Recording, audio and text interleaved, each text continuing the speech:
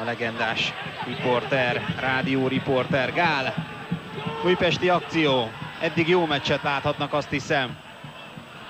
Hát ez a labda rossz volt. Ennyit hozzáér be a labdához, imádom. Ferenc. Herceg kezére pattant a labda. Ezt nem láthatta Varga, hiszen pontosan háttal állt neki Herceg. Hűha! Íme a kezezés.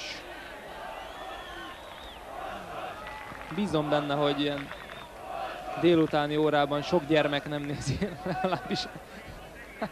Hát szóval, hogy ezt a Weber kitörést nem hallották sokan. Frölich jött egészen hátra, Vinicius követte őt, és a lepattanó labda hiába kerül Nikolic elé, Vinicius szabálytalan volt.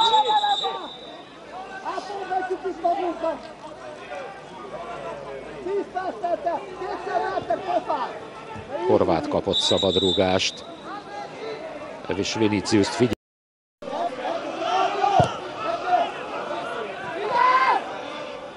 Vitrédi, ez ügyes. Nikolic nem tudta átvenni az átadást.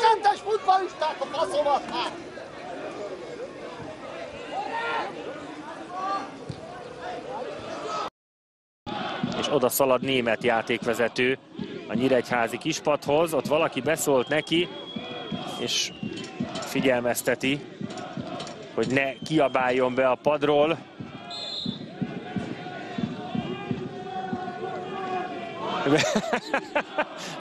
Weber György pedig megcsókolta az emberét. Lehet kimondta, amit ő gondolt.